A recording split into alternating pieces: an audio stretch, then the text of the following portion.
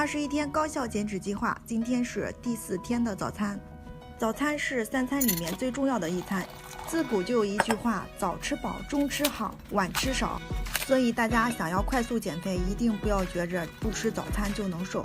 平时日常生活中，你们注意3点就能帮助减肥事半功倍。第一个就是多吃绿色的蔬菜，每天保证1斤重的蔬菜，补充营养又能防止便秘。第二个就是饭前饭后半小时喝杯水，增加饱腹感，又能让你的皮肤变得越来越好。然后就是吃饭的速度放慢，吃饭太快的人发胖几率比正常人的要高出4.4倍。日常中的一些小细节都能够影响你的掉称速度。减肥我已经说了很多遍了，它不是一劳永逸的事情，是养成一个良好的饮食习惯，这样你才会瘦一辈子，而不是一阵子。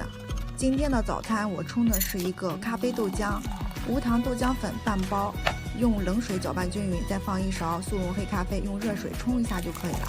再冲一个奇亚籽蜂蜜水，润肠通便。咖啡豆浆也可以用牛奶或者是无糖酸奶来代替。主食的话，搭配的是半片吐司。大基数的宝贝可以吃2片。想要减肥的朋友，评论区里留下你的身高体重，记得每天来找我交作业哦。我们下期见，拜拜。